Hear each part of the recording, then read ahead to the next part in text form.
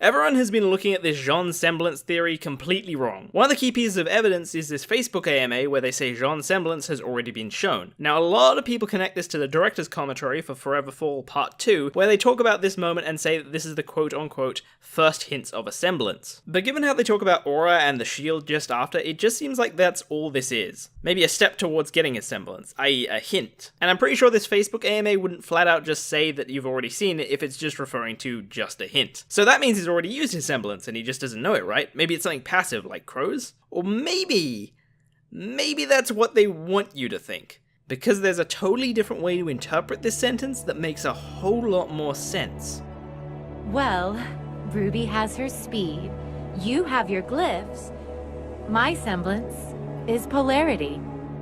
If I were to give fan theories a go, I'd say that Jaune Semblance will be polarity, the same as Pyrrha. Not only does this make a lot of sense in World, since Pyrrha was not only the one who unlocked his aura but had a massive influence on his life and development, both things that could very easily play a part in one semblance, but from a writing sense, this would be an amazing choice. Pyrrha's death was one of the biggest twists in RWBY, and was planned from the very start. Her death was a massive part of Jaune's progression, even melting down her armor and weapons to fuse with his own, and continuing to train with her every night. Even though Pyrrha is now it's obvious that she will continue to be an influence on the story, and what better way to represent that than by having her semblance be symbolically passed on to Jaune.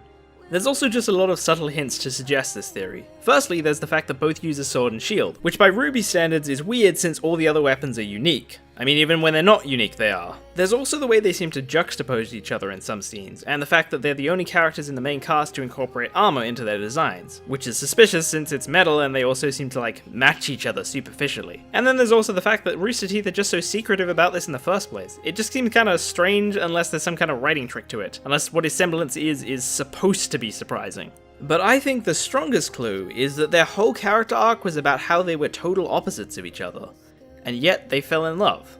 Jaune was a goofy failure while Pyrrha was an inspiring prodigy. Their whole development as a relationship was centered around this. It's all a play on words.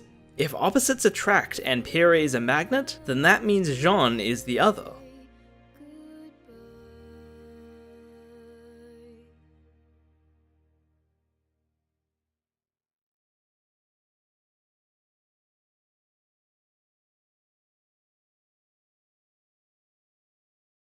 Yo, fuck your 10-minute theories, I'ma do this bitchin' too!